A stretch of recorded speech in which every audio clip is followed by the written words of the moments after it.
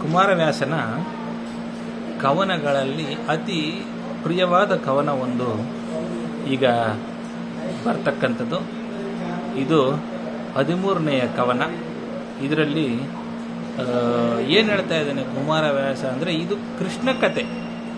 ಕೃಷ್ಣನೇ ಮೂಲ ನಾಯಕ, ಕೃಷ್ಣನೇ ಎಲ್ಲ, ಕೃಷ್ಣನೇ ಜಗದೋದ್ಧಾರ ಎಂದು ತಿಳಿಸುತ್ತಿರುವ ಕುಮಾರವ್ಯಾಸ ಈ ಕವನವನ್ನು ಕೃಷ್ಣನನ್ನು ಕುರಿತು ಬರೆದಿದ್ದಾನೆ. ಈ ಕವನವು ಬಹಳ ಪ್ರಖ್ಯಾತ, ಎಲ್ಲರ ಬಾಯಲ್ಲೂ ರಾರಾಜಿಸುವಂತಹ ಒಂದು ಕವನ.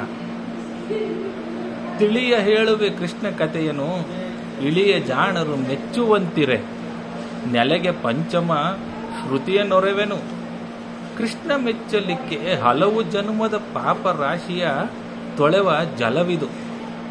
ಶ್ರೀಮದಾಗಮ ಕುಲಕ್ಕೆ ನಾಯಕ, ಭಾರತಾಕೃತಿ ಪಂಚಮ ಶ್ರುತಿಯು.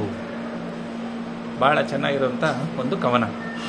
ಏನಪ್ಪ ಅಂತಂದರೆ, ಇದರ ಅರ್ಥ, ಲೋಕದ ಜಾಣರು ಮೆಚ್ಚುವ ಹಾಗೆ ಶ್ರೀಕೃಷ್ಣನ ಕಥೆಯನ್ನು ಹೇಳುತ್ತೇನೆ ಕೇಳಿ ಎಂದು ಹೇಳುತ್ತಿರುವ, ತಿಳಿಯ ಹೇಳುವೆನು ಕೃಷ್ಣನ ಕಥೆಯನ್ನು ಹೇಳುತ್ತೇನೆ ಕೇಳಿ. ಇಳಿಯ ಜಾಣರು ಮೆಚ್ಚುವಂತಿರೆ ಅಂದರೆ ಎಲ್ಲ ಜನರು ಮೆಚ್ಚುವಂತೆ ಹೇಳುತ್ತೇನೆ. ನೆಲೆಗೆ ಪಂಚಮ ಶ್ರುತಿಯ ನೊರೆವೆನು. ಪಂಚಮ ಶ್ರುತಿ ಎಂದರೆ ವೇದ. ಸೊ 5ನೆಯ ವೇದವನ್ನು ಶ್ರೀಕೃಷ್ಣನು ಪ್ರೀತನಾಗಲೆಂದು ಹೇಳುತ್ತೇನೆ ಕೇಳಿ. ಋಗ್ವೇದ, ಯಜುರ್ವೇದ, ಸಾಮವೇದ ಎಂದು 4 ವೇದಗಳು ಇರುತ್ತವೆ. ಆ ವೇದಗಳಲ್ಲದೆ ಇದು ಪಂಚಮ ವೇದವಾಗಿ ಪರಿಗಣಿಸುತ್ತದೆ. ಹಲವು ಜನ್ಮದ ಪಾಪ ರಾಶಿಯ ತೊಳೆವ ಜಲವಿದು. ಈ ಕುಮಾರವ್ಯಾಸನ ಕರ್ನಾಟಕ ಭಾರತ ಕಥಾ ಮಂಜರಿಯು ಮಹಾಭಾರತದ ರೂಪದಲ್ಲಿರುವ 5ನೆಯ ವೇದವನ್ನು ಹೇಳುತ್ತೇನೆ.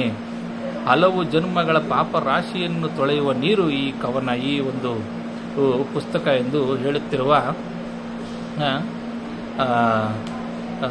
ಕವನವಾಗಿ ಇದು ತಿಳಿಸುತ್ತಾನೆ. ಸೊ ಈ ಒಂದು ಒಳ್ಳೆಯ ಕವನವನ್ನು ಶ್ರೀಕೃಷ್ಣನ ಕವನವೆಂದು ಕುಮಾರವ್ಯಾಸನು ತಿಳಿಸುತ್ತಿದ್ದಾನೆ. ಧನ್ಯವಾದಗಳು.